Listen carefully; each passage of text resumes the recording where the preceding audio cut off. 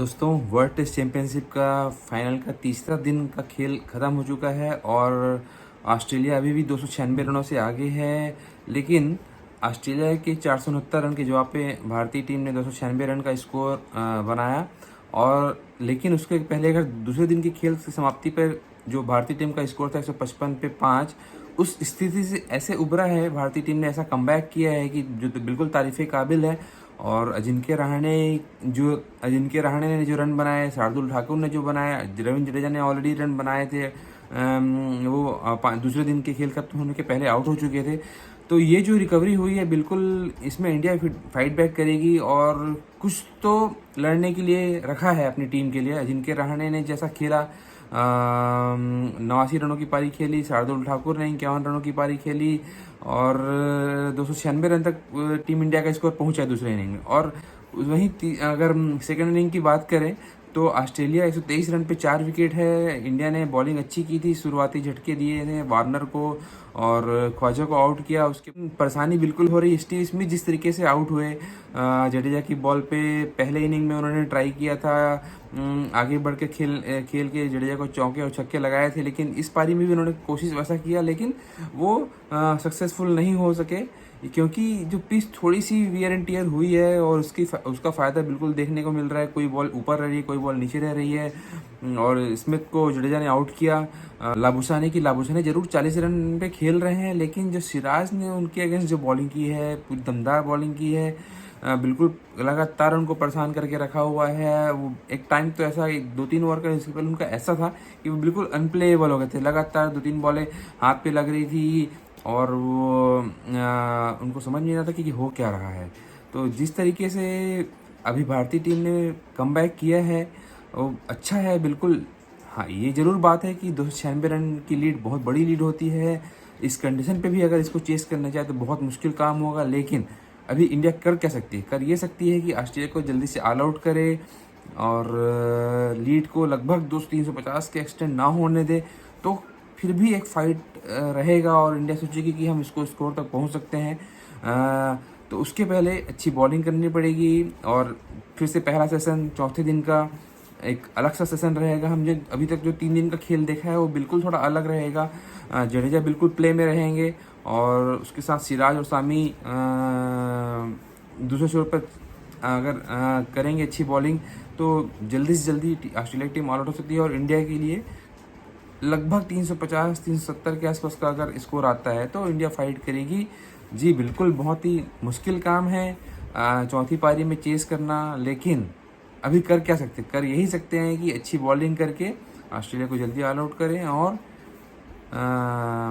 India को chess करने के लिए अच्छा जो पहले दूसरे विकेट के जो इंडिया के टॉप ऑर्डर हैं, इंडिया के टॉप ऑर्डर को चलना पड़ेगा। जैसा कि रहाणे ने, शार्दुल ठाकुर ने, जडेजा ने करके दिखाया, वो इंडिया के टॉप ऑर्डर को करना पड़ेगा। और बिल्कुल क्यों नहीं कर सकते हैं? रोहित शर्मा, शुभमन गिल, चेतेश्वर पुजारा, विराट कोहली, इन चारों पे बिल्कुल दारोमदार रहेगा और देखना रहेगा कि ये कैसे प्रदर्शन करते हैं।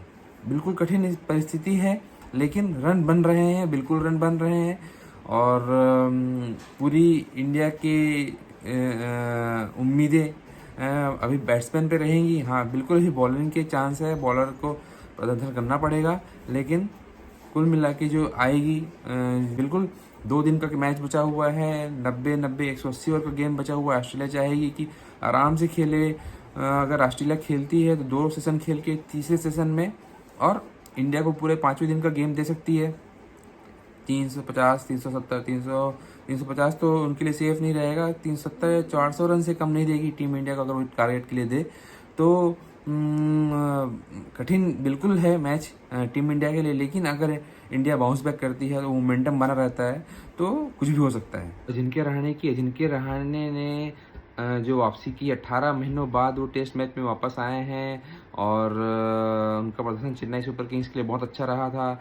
उसी के दम पे अगर देखें एक्सपीरियंस जितना उनको है उस लेवल पे, उसी रीज़न से उनकी वापसी हुई है और जिस वापसी में उन्होंने प्रदर्शन किया है, 89 रनों का बिल्कुल योगदान दिया। बहुत अच्छा खेल रहे थे, उनके शॉट्स उनके जो टाइमिंग्स हैं बहुत अच्छे हो रहे थे। अचानक से पैट कमिंस की गेंद पे स्लिप गली पे वो आउट हो गए। कैमरून ग्रीन ने बहुत ज़बरदस्त कैच लिया, सिंगल हैंडेड कैच था।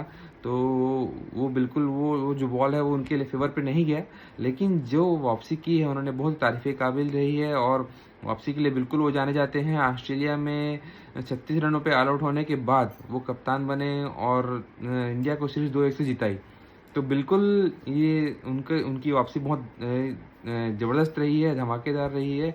और जिस कंडीशन पे वो आए थे, इंडिया 50 पे 3 था, विराट कोहली आउट हो चुके थे, पुजारा आउट हो चुके थे, गिल आउट हो चुके थे, रोहित शर्मा आउट हो चुके थे। तो और उसके बाद उन्होंने जडेजा के साथ मिलके, शार्दुल ठाकुर के साथ मिलके जो पारी खेली है, जो पार्टनरशिप बनाया, शार्दुल ठाकुर के साथ जो पार्टनरशिप थी उनकी 109 रनों की पार्टनरशिप थी, वो ही लगभग इंडिया को गेम में वापस लेके आई है। और बात करें शार्दुल ठाकुर की, शार्दुल ठाकुर तो ऐसे बैट्समैन या ऑलराउंडर हो गए इंडिया के लिए, स्पेशली टेस्ट मैचों में।